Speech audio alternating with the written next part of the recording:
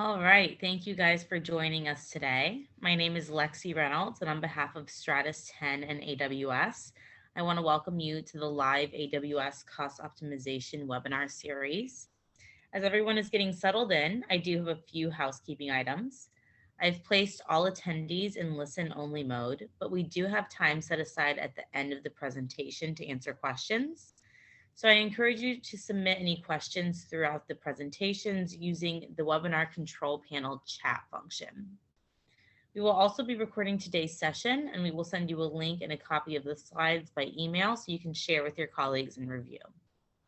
I will gladly take this time to introduce today's presenters. I am proud to introduce co-founder and CTO at Stratus 10, Kevin Rissanchu, from Stratus 10 Cloud Computing Services. From AWS, we have Shabir Rupani and David Kalish, Senior Sales Engineer at CloudCheckr, joining us as well today. I do have a short poll to gather every participant's knowledge level before we jump into the event. I'm going to run over an agenda while I give you guys a few seconds to answer the poll.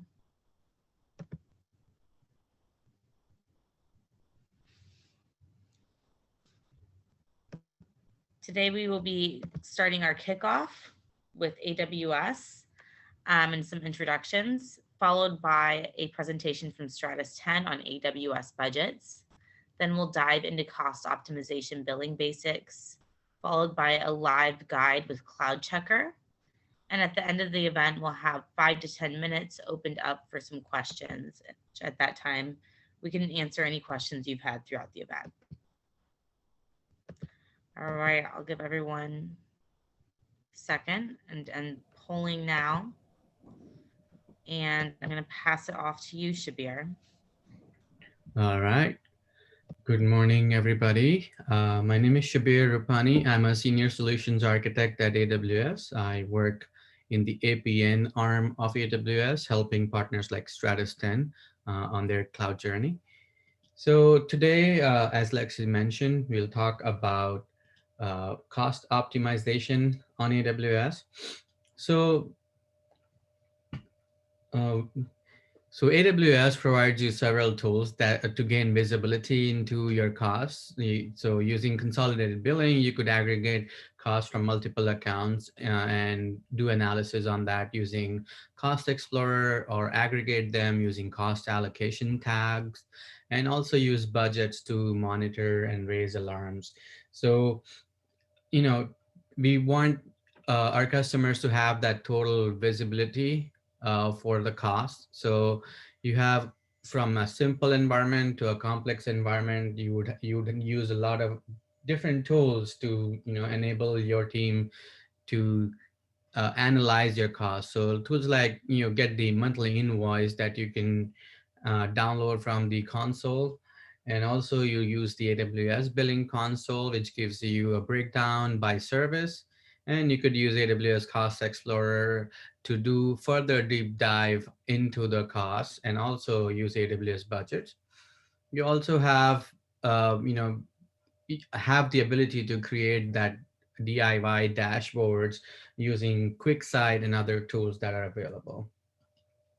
There's also open source and third-party commercially available tools. Some of them are on this. So you have visualization.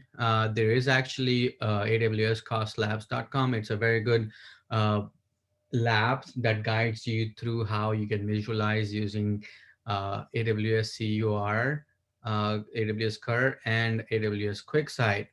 CUR stands for Cost and Usage Reports. And you can also use third-party tools. One of them is CloudCheckr, and David from CloudCheckr is here to introduce you guys to that. And then we also, you can also use the AWS native tools, which is the Cost Explorer. So there's API access to that, for certain accounts. And also there are samples on GitHub in order to generate some reports and send you guys emails from that. So again, tools that are available for you just right out of the box from AWS are Trusted Advisor. There is right sizing recommendation that comes out of Trusted Advisor, as well as the billing console. also you have access to what we call CloudWatch metrics. So you can use your CloudWatch metrics to see how much your resources are used and then right size them accordingly. You also have access to cost explorer and cost usage reports. So again, ways that you can dive deep into your costs. So for right sizing and finding unused resources, typically you would use, the CloudWatch metrics and get that, metrics for your CPU utilization just to see how much your resources are efficiently your resources are being utilized. Also, there is a trusted advisor report that you can generate or you can look at.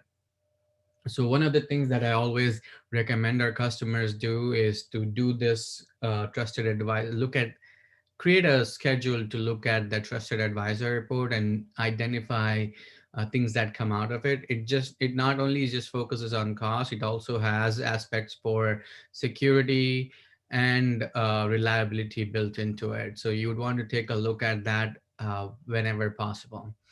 There's also, total cost of analysis tool, TSO logic, which is used pre-migration to analyze the costs in the cloud for any services that you're planning to migrate. And again, there are third-party tools that are available that will help you do this if you choose to use them. And then there is some open source, right sizing report that is available. Link to that is there. So Lexi will send you a copy of this presentation so you could have that link uh, to use.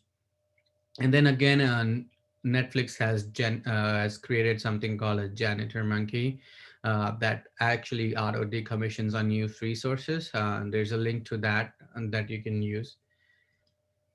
There's also tools that are available for increasing your elasticity and automation. So part of your cost optimization should also be focused on making your resources more elastic or more reactive to the usage, right? So if there's a lot of usage, you scale up your resources, but then at times when there is not a lot of usage, you would want them to be scaled down so that way your cost structure remains efficient. So there are tools that are available there, including some third-party tools that I have depicted here. And there's also AWS Instance Scheduler that you could use to schedule startup and shutdown of your instances. And there is ways to do it using AWS SSM, Systems Manager, that you can use to do it. The other fundamental tool or way of saving costs is to pay for what is called a reserved instance. Sorry. So these reserved instances are used in scenarios where you have predictable usage of your EC2 compute and you want to be able to get discounts on it. So you get up to 60% discount on these reserved instances. These were discussed in our last webinar. If you haven't seen it, there would be a recording that you could probably use to leverage that. There's also AWS Budgets, which Kevin is going to deep dive on in the following presentation. And there's third-party tools like CloudCheckr and others that you could use to get those recommendations for you.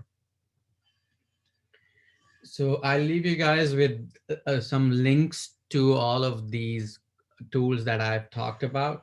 And Lexi will pass on this presentation to you guys so you'll have access to these links. With this, that was the introduction for you guys today. So I'll be on the call for any questions. However, I'll hand off to Kevin for doing a deep dive on budget. So over to you, Kevin.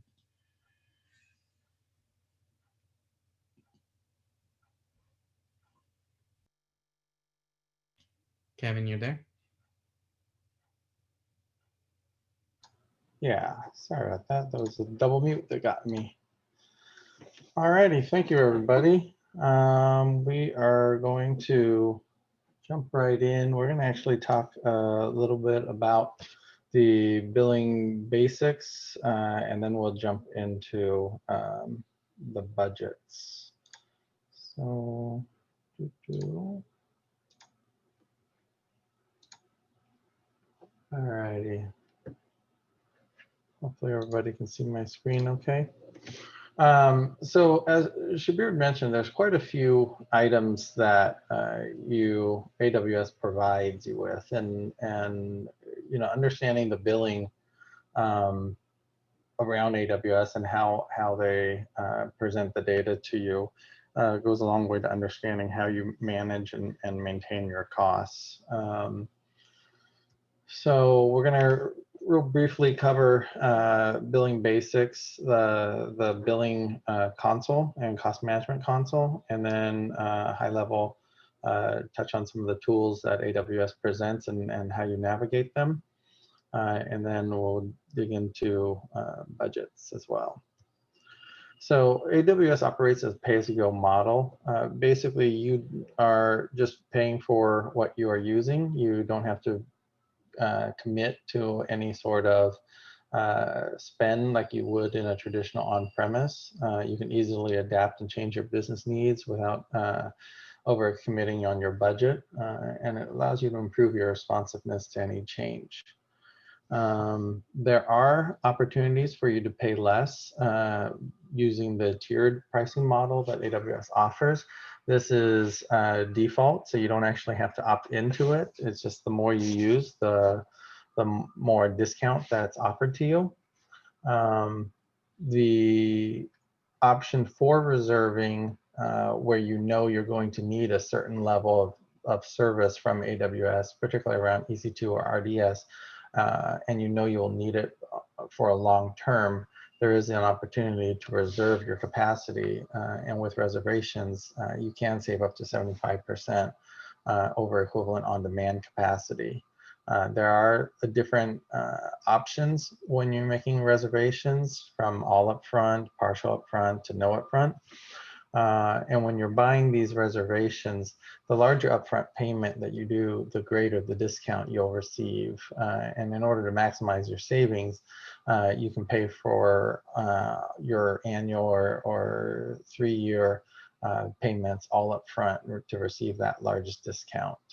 Once you go to the partial upfront or the no upfront, you still get a discount. However, it will be smaller, but it does allow you to free up your capital to spend on your other projects. And then lastly, if you are a large organization and spending quite a bit of money, there are custom service agreements that you can enter in with AWS. Typically, you speak with your account manager or reseller for that. So how does AWS charge and bill for usage? Billing is done two different ways. There's anniversary charges, which are your monthly charges or your annual charges. These are automatically billed to you at typically at the start of the month for the previous month, or if you're doing reservations or subscriptions, then they're based on the fee that you use them. Those will be billed at the time the services are selected. So if you make a reservation, say June 15th, then every June 15th is when that subscription would be up for renewal. And then same with enterprise support and customer agreements, you can delay your. Sorry about that.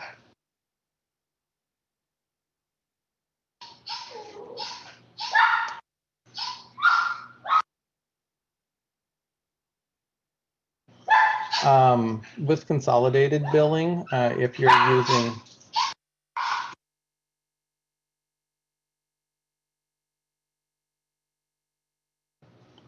Okay, sorry about that. If you're an organization and have multiple accounts, you can use what's called a consolidated billing. What this does is it allows you to aggregate all of your AWS accounts under one central paying account.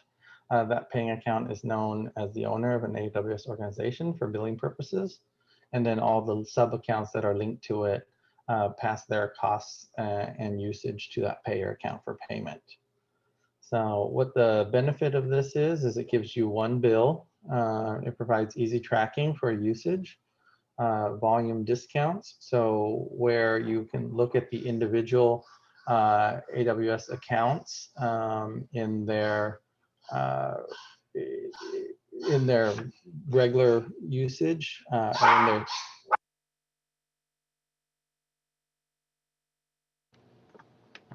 in their where you can see the single individual usage. They will aggregate your usage across all those multiple accounts in order to give you those tiered volume discounts. Okay, there's no fee for using consolidated billing.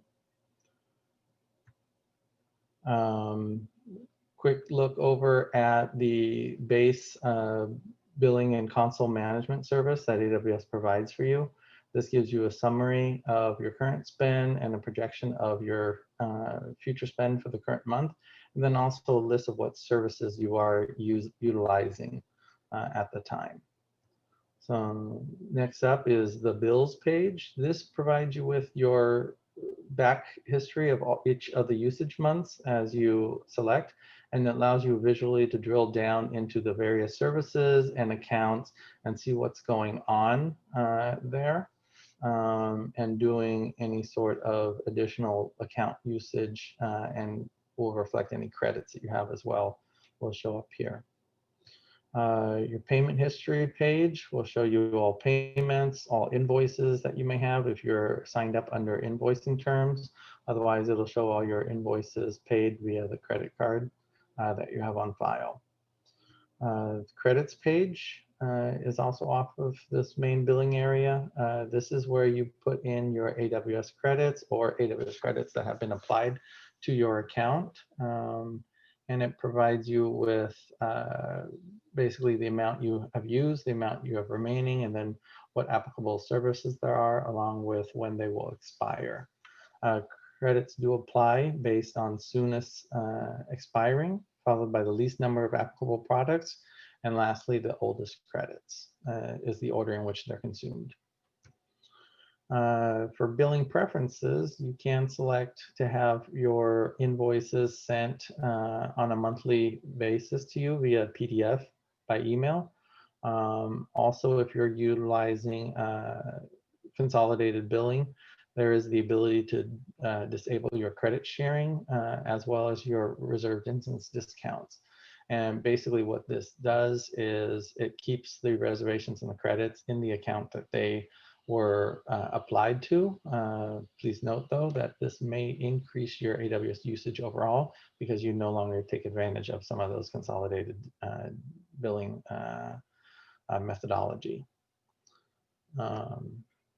Okay, finally, additionally, the payments method where you can choose credit card, ETF, ACH, etc., or if you're invoicing for qualified customers. The CUR reports, your cost and usage reports. This is your detailed granularity of all your usage. The report is delivered to you in an S3 bucket. This report is what is utilized by quite a few different services such as Cost Explorer or the third-party applications such as CloudCheckr in order to generate and provide you with a view of your current spend. As I mentioned, Cost Explorer is a relatively about 2 years, 3 years old tool now. It's very effective in looking at your bills from a high to medium level. It does not dig as deep as some of the third-party tools can do, but it gives you a general idea of where you're going and what your spend is, and allows you to be able to look at and target quickly what needs to be looked at in a more in-depth review. Cost Explorer is free to use. And then AWS Budgets, we'll touch on this in the following segment, but this allows you to create your budgets and then track your usage and utilization against those budgets, and then lets you track your overall reservation coverage. The first 2 budgets that you set are free. Each subsequent budget, however, will incur a 2-cent per day charge, so very minimal. Tagging is by far the absolute best way for you to track where your spending goes. Tagging utilizes 2 different types, AWS generated or user defined. Reports, you can generate reports against tagging using the CRR reports or using cost optimization. These are all tags that you can define as, so, the sky's the limit. When in doubt, tag it. Your company should set what essentially is a standard for tagging, and then go from there as you guys expand in. All right, so that's that quick module. Now let's jump over to, let me exit out of this one. Okay, now let's look at budgets in depth.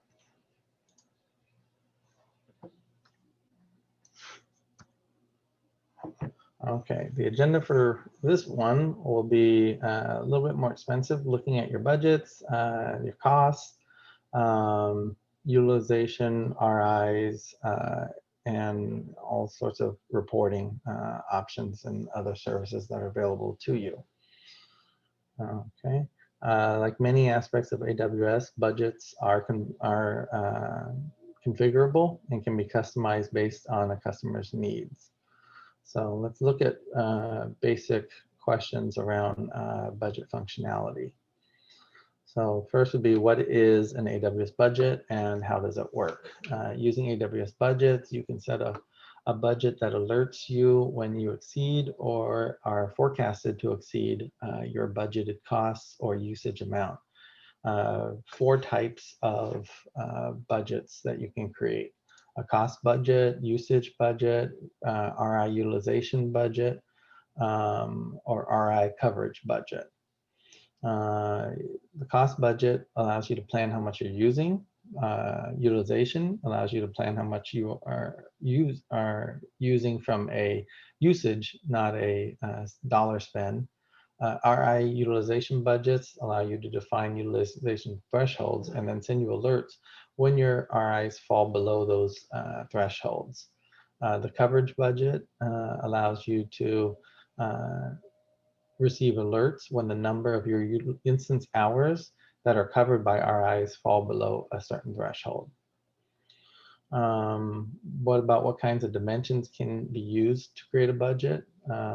Again, it's configurable and can be customized based on your needs. AWS budget gives you access to a number of filtering dimensions, such as availability zones, AWS services, linked accounts, etc.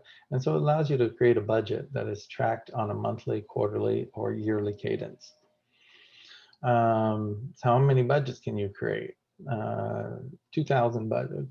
20,000 budgets is the total number per organization, not per account. However, do remember that only the first 2 are free. After that, you do have to pay a small fee. As far as how many alerts can you add for budgets, you're allowed to create up to 5 alerts.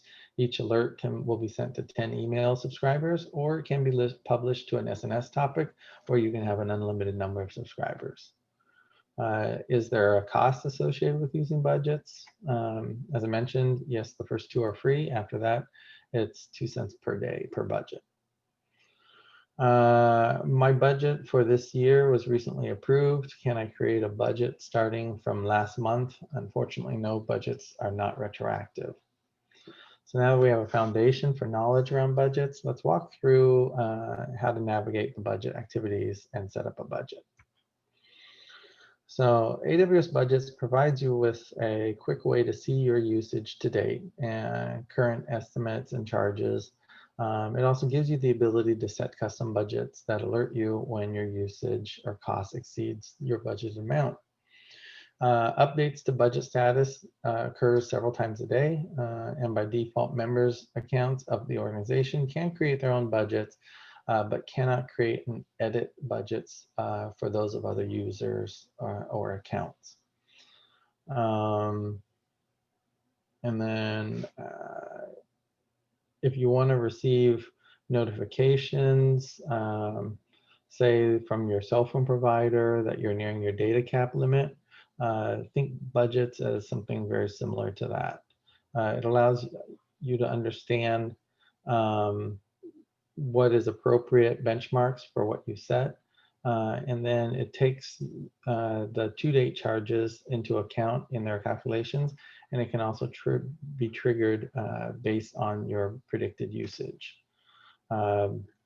Budgets provide you with several ways to look at your usage to date, including how much you've used of your reserved instances, your current estimated charges from AWS, and how much your predicted usage will accrue in charges by the end of the year, how much your budget has been used, and allows you to analyze your budget performance over the past 12 months by comparing the budgeted amount to your actual amounts. So let's take a look at first type of budget, which is the cost budget. Cost budgets allow you to say how much you want to spend on a particular service. And as you can see, setting up the budget requires a name, an interval, and information around the amount that you're interested in. You do have the ability to filter based on multiple parameters, as you would with Cost Explorer. For example, you can drill down to the linked accounts, region, and service levels, combine as many filters as you would like. When you're configuring alerts, you have the ability to specify whether alerting should trigger off an actual or forecasted amount and set an alert threshold as desired. Notifications can be delivered via email or SNS topic. Okay, let's take a look at an example of what a cost budget is in action. So as you can see from this example, it's easy to monitor your budget through time at a glance and see any notifications that the system has raised. You'll be able to review the details of both the budget easily from the dashboard to ensure that the configuration is as you intended it to be. For example, if you created a cost budget with a new service evaluation, that's what you would see. Now that we've covered cost budgets, let's take a look at how we configure a usage budget. Oops, there we go. Usage budgets allow you to say how many hours you want to use of one particular service. So similar to the cost budget that we looked at before, you have the ability to drill down based on the number of different filter criterias, choosing your cadence, and specifying notification preferences. As before, status alerts can be delivered to email or via SNS. So while cost and usage are important factors to be made aware of, many customers also require notification around their reserved instances. So budgets have the ability to alert you on both your reserve utilization and your coverage. So let's look at utilization first. Okay. Reservation instance utilization budgets allow you to define a utilization threshold and then receive alerts when it drops below that threshold. So since an RI is essentially a commitment that you have made with AWS, RI utilizations can lead to a severe loss in savings if the RI is allowed to sit unutilized for a long period of time. Additionally, if you are running a convertible EC2 RI, underutilization is a sign that you may need to take action and exchange a portion of the fleet for RIs that will be used. So persistent UI underutilization can be a cause for customer dissatisfaction, and often is caused by lack of communication. So budget notifications can easily be the first line of defense for these issues and catch lapses quickly. Since RI utilization is often only half of the story. Let's dive into how budgets can help with coverage as well. So the RI coverage report allows you to monitor how much of your overall instance usage is covered by RI, so that you can make an informed decision about when to purchase or modify an RI to ensure maximum coverage. Reservation coverage tracks the number of running instance hours that are covered by your reservation, and each reservation coverage budget supports 1% percentage-based coverage targets for each budget. So as before, the functionality does allow you to configure filters, delivery options, and cadences. So let's look at an example. You can create a coverage budget to monitor your EC2 reservations for a given instance family and receive an alert when your reservation coverage falls below the threshold you've defined. This simplifies the process of monitoring your size flexible AWS EC2 reservations. You can see here the M4 family example on the screen. You will receive an alert when your reservation coverage in that family falls below your alert threshold. Each reservation coverage budget supports a 1% coverage target for each budget. So now that we've walked through each of the different types of budgets, let's consider your budget maintenance. So the budget dashboard is the hub for creating, tracking, and inspecting your budgets. From the dashboard here, you can create, edit, manage your budgets, as well as view the status of each of your budgets. You can also view additional details about your budgets, such as high-level variances and a budget criteria summary. Here you see a sample notification of your budget, a quick overview of the budget type, the amount alert type, and the threshold. From the notification email, you can click on the link to go to the budget dashboard, and now you can quickly unsubscribe from receiving any budget alerts without having to log into the AWS console or reaching out to the budget owner. Additionally, this increases in precision, helps budget owners to better manage their budget portfolio by understanding exactly who is subscribed to receive the specific alerts, and helps receive proactive notifications if a recipient unsubscribes. So before we dive into budget reporting functionality, let's take a moment to go over the permissions necessary to use the budget functionality. So in order to set up and maintain budgets, your IAM users will need a set of budget and billing permissions. If you're setting up access controls and right permission policies, then you can just attach an IAM identity, and then you can use the following billing reference. You'll specify the action in the policy action field, and you'll need to specify a wildcard as the resource value in the policy resource field. Users will need to have both the billing and budget permissions in order to administer budgets. Let's take a look at the budget reporting functionality. So within the billing console, you'll select the budget reports.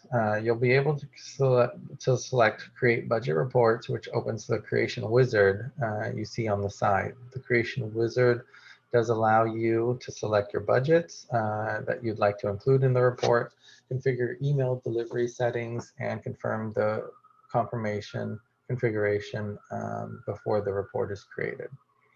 Budget reports provides you with a way to monitor your budget portfolio, aggregate similar budgets for a comprehensive view of trends, push relevant email updates to members of your organizations on a daily, weekly, or monthly basis, and monitor multiple budgets without having to log into the AWS console. So AWS Budget enables you to set custom budgets and receive alerts based on your cost and usage performance, as well as your reservation coverage and utilization. Budget Reports gives you this direct line of sight into your budget portfolio and lets you aggregate budgets that monitor related concerns, while also enabling you to push relevant email updates to members of your organization. Let's consider an example of how your customers can use budget reports. So the example on the side on this slide is the total EC2 footprint for an account in question, all from a single report. This view allows you to track the account's overreaching compute footprint from a single location and see at a glance when spending is not trending as expected.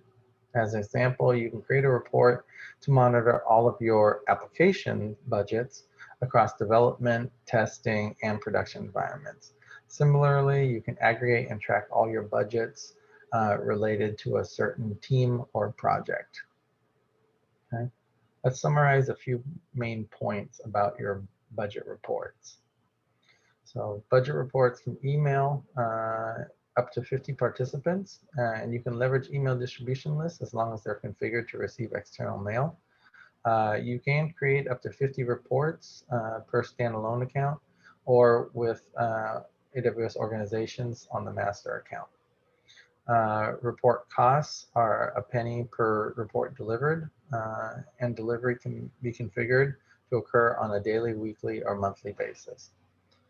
System delivers alerts based on UTC, so you'll have to adjust your scheduled delivery accordingly. So again, you can create up to 50 reports, and each report can create up to 50 budgets and deliver up to 50 people. Okay. Lastly, two new services that is now part of budget reporting, which is AWS chatbots, which allows you to receive notifications via Slack or Chime utilizing chatbots. So chatbot is a free service that allows you to quickly and easily receive alerts directly into your existing Slack channel or Chime chat room. Chatbot is an interactive agent, and it makes it easy to monitor and interact with AWS resources in your Slack channel. With chatbot, you can securely receive those alerts and request diagnostic information from the system, such as CloudWatch and Security Hub. All right, with chatbots, you can receive those notifications for operational events, security findings, budget alerts, all within your chat room, so your entire team has visibility into this. Okay, today you'll see how to configure budgets to publish your budget alert using Slack, but you can easily apply these concepts to configuring in a Amazon Chime chat room if that is your choice. Okay. AWS Service Catalog gives you another way for you to deploy and create your service IT service catalog. You typically can use Service Catalog to create service portfolios for your products and your end users. Service Catalog gives you the ability to quickly deploy and curate services through your various products and portfolios. Once you've reviewed your portfolio information, in many cases, it can make sense to set up a budget to receive alerts that can proactively notify you to an unintended cost overrun. From there, you can select the Actions menu from the top right and choose Create Budgets. So you can then refine the services, accounts into specific products that you track by the budget. And in this example, you can create portfolio level budgets using the tag budget parameter in AWS Budgets. So after the configure your budget, you can then specify up to 5 thresholds for which the stakeholders or your organization should receive alerts. And then you can configure these alerts to be triggered based on actual costs or based on forecasts of the month. All right. Now that we've walked through budgets, budget reports, chat, and service catalogs, I'm going to hand it over to David with CloudCheckr to have him demo the CloudCheckr platform And I believe they're going to focus on budgets and costs. All right. Thank you very much, Kevin. All right. I'm going to share out my screen. I'm going to pop up a couple of quick slides. Okay. So my name is David Kalish. I'm a sales engineer here at CloudCheckr. I've been at CloudCheckr for about 4 years. First, I want to thank Lexi and Kevin and Shabir for inviting me and for inviting CloudCheckr for this event. Today, I'm going to talk very briefly about how CloudCheckr can be used to simplify everything. So we all know that AWS is a fantastic tool, right? It provides a lot of capabilities. It's incredibly broad and it's incredibly deep. I've been in IT for over 20 years, and porting my skills, like from a Windows sysadmin into AWS, is not an insignificant challenge, right? I saw Shabir has 10 certifications. I have 3 AWS certifications, and I'm curious about the results of the poll today. I have a feeling that a lot of people are pretty well versed in AWS. So what does CloudCheckr do on top of this deep and broad tool? We provide a layer of simplicity to make things a little bit easier in your environment, right? We provide that cost and expense management, including the budgets, including easy alerts, but also savings. And that to me is sometimes even more important. We also do some other things that we're not going to address today: security tools, compliance tools, asset management, and resource utilization. But we do all of this by pulling things all together with our best practices. So this is the tool itself. This is CloudCheckr. And the main page showcases our overview, our best practices, and our cost savings all in one pane of glass. So our best practices, this is what we are really well known for, right? And we even pull in like the AWS Trusted Advisor tool, right? We love this tool. This is a great solution to give you good insight into what's going on in your environment. We take it one step further. We color code it for you. We let you know which alerts or concerns are higher priority, right? Red, and then medium priority. And then green is things that you've actually resolved in your environment. On top of the Trusted Advisor tool, we built our own checks. Right? So CloudCheckr has been doing this almost 10 years now. And for example, in our security, we have over 200 at this point, checks that are specifically related to security all by itself. But today we're talking more about the cost items, right? And this is where we'll check into an environment and find out very quickly whether or not there are opportunities to make some adjustments and save some money. And CloudCheckr really does this exceptionally well. So for example, on the cost savings page, the cost savings page just shows very quickly at a glance areas that you can identify in your environment to help you save money very quickly. The first thing that we will do is we will check for idle resources, right? And you get to control what is considered idle in your environment, right? So if you were talking about EC2 instances or databases, you get to control those thresholds for what is considered idle. And of course, you can see that information. You can see the costs related to those items right here, right on the main page. This section is unused resources, and this one is usually more fun or more interesting for me, right? So these are things that you have provisioned in your environment, but they're not really utilized, right? They're not connected, or they were connected at one point and somebody forgot about them, or they weren't set up fully in the first place. And sometimes those are hard to track, right? So within AWS, that can sometimes be a challenge. CloudCheckr brings that layer of simplicity, so it's right in your face. It's right there for you. And I have some crazy examples for this. CloudCheckr was helping a prospect, not even a customer, someone that was trying out our solution and kind of seeing how that would work in their environment. And they were telling us that they had spun up a very large test environment 2 months prior. And when we took a look at this savings page, they were seeing things like the unused resources, and some of these were not too crazy. Load balancers, $100, IP addresses, $21. And then we saw elastic block store volumes, right? The attached hard drives, $50,000. He knew exactly what it was. He's like, oh man, I forgot to tear it down. But the timing is important too, right? He was telling us that they had that test environment 2 months ago. What does that mean? That means that they've been, after they pulled it down, they were already charged $50,000. They were about to be charged another $50,000 because they had forgotten about it.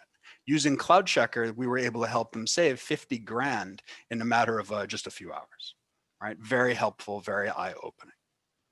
Some of the other items that we'll see here, misprovisioned resources. I personally think this is a little bit labeled incorrectly.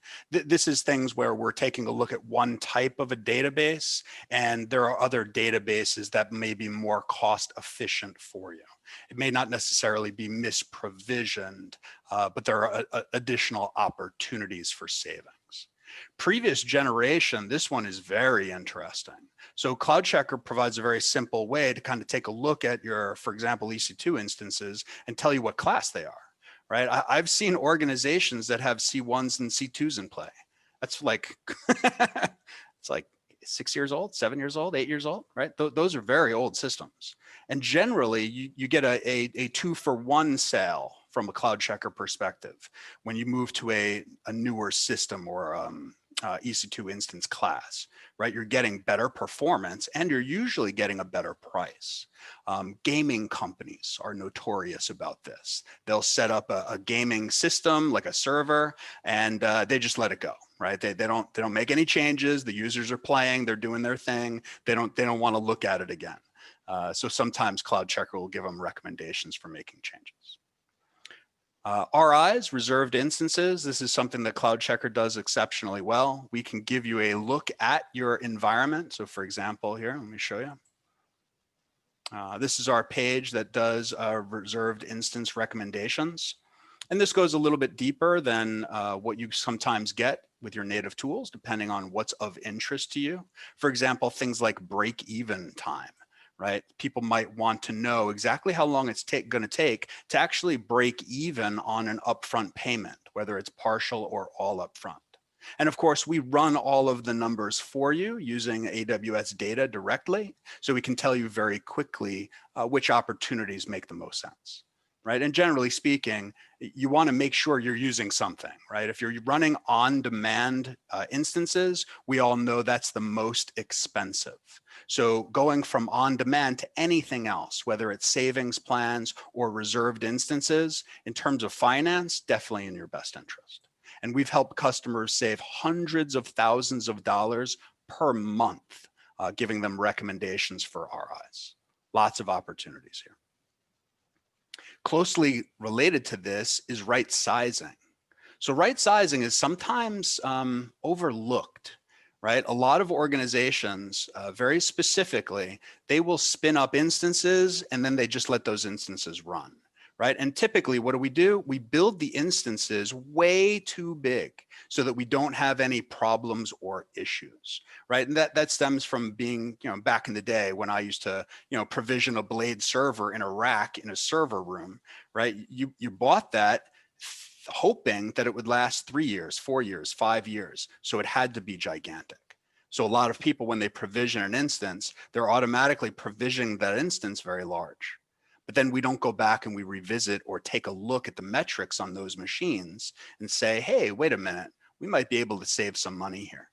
So CloudCheckr can give you quick information, give you the ability to filter and sort this data very quickly, even resize these machines directly from within CloudCheckr if you choose. And it gives you the capability of saving a tremendous amount of money. I did an evaluation for an existing CloudCheckr user, a very large company that had lots of EC2 instances, and they were relying heavily on our savings page, but they weren't looking very closely at the right sizing reports. We were able to give them recommendations across their entire gigantic fleet that would save them possibly up to $6 million per year just in resizing. That's a big deal. Right, that's tremendous. Some other highlights: CloudCheckr can also help you do heat maps, right? We can take a look at utilization in terms of your environment, kind of see what's going on. And then we have some automation capabilities to do like automatic start and stop instances to help you save money that way. And then we partner with other tools too. I saw very quickly that Shabir highlighted Skedley. We love Skedley. Skedley is one of our premier partners. They do an outstanding job of automation capabilities. In addition, last couple of things that I'm going to mention, CloudCheckr has the ability to run deep reports. So sometimes you want to run reports on something specific. You want to see information related to your savings plans, or you want to see information related to some type of tagged project. Right? So we can see the cost and usage report. The cost and usage report is fabulous. It's the source of truth from AWS. But sometimes pulling details from the cost and usage report, that can be a challenge, right? CloudCheckr makes this very easy. Show me the account, show me the services, show me those descriptions, and maybe even filter this by tag so that I can see exactly what's going on in my environment, run those charts and graphs, and then get the exact level of data that I need to show me the details. Right? We know that this report is very critical for many organizations, and you want to be able to pull this information out and export it and send it out on whatever cadence you need. Very simple, very easy. And in addition, I'll mention this too. Many people have been talking about the importance of tagging. Tagging is critical. CloudCheckr, because we are separated from AWS, we can do a couple little things like a magic wand relating to tags. So for example, I've seen organizations that have a very well laid out architecture, right? They have I've seen Fortune 100 companies that have 2 AWS accounts, production, pre-production, and then a lot of tags to organize all of their data. That's fantastic, but that's also very rare. I've seen organizations that have thousands upon thousands of accounts and no tags, right? Basically, they would create an account for anything that you would consider a tag. That's a big challenge. CloudCheckr provides a host of tagging tools to help you organize your tags, fix tagging problems, even tag things that you can't natively tag in AWS, certain kinesis functions, certain data transfer rates. Very helpful. And then you can use those tags within CloudCheckr to run the deep reports that you need. And the last thing I'll mention here is that we have a fun Explorer tool. We call this Pivot Explorer. Pivot Explorer is like a pivot table style tool to help you visualize your data and run reports and find out what's going on in your environment. So if you're critically interested in your savings plans and how your savings plans compare to other things across your accounts, you can run these reports, you can filter them and change the fields, but then you can kind of indicate exactly what you want and showcase how it stacks up. Right, so savings plans for me is over here. It's not as heavily utilized as some of my other items, but this is critical information to have, right? And I can highlight all of that, okay? So those are the major highlights from my end. I want to thank everyone for your attention. I'm going to pass it back to Lexi.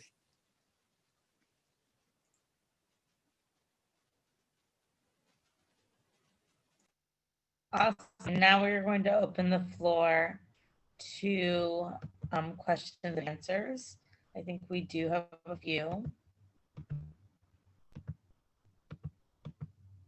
So let's see. Do you guys see the chat? Kevin, you're able to help as well. Lexi, I was curious about the results of that early poll.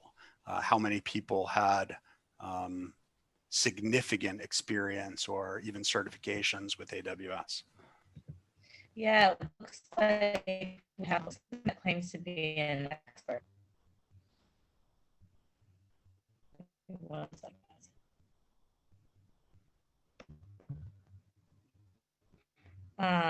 So I'm interested to see their feedback. I did just want to put up a few links while we're opening up the floor for questions. If you guys are interested in learning more about the Stratus 10 cost reduction program or our pre-migration cost assessment, you can check us out at go.stratus10.com. And you guys can look at these links while we're finishing up questions and answers. I do see a few questions around the Cost Explorer. If we want to open up the floor, you guys can drop any additional questions in the chat function. But did you guys maybe want to tackle those?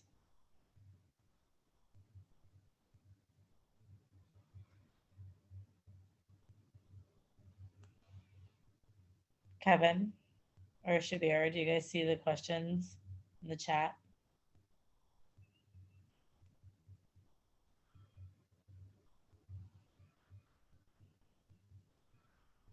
This is Dave. I only see the questions that were already answered. Yeah, I Okay. see questions with answers. Are there any other outstanding questions?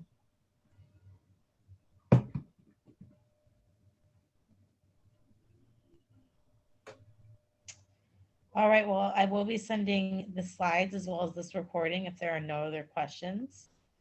And I'll also give information for you to get in touch with CloudCheckr, as well as find out more information about our cost reduction program and the pre-migration cost assessment. We do have one remaining cost optimization webinar in the November series that is next Wednesday on the 18th. So I'll also send you guys information. If you found this helpful, I encourage you to sign up as well as share details with your colleagues. All right, I'm going to wrap it up then. Thank you guys for joining us. Thank you. Great, thank you guys.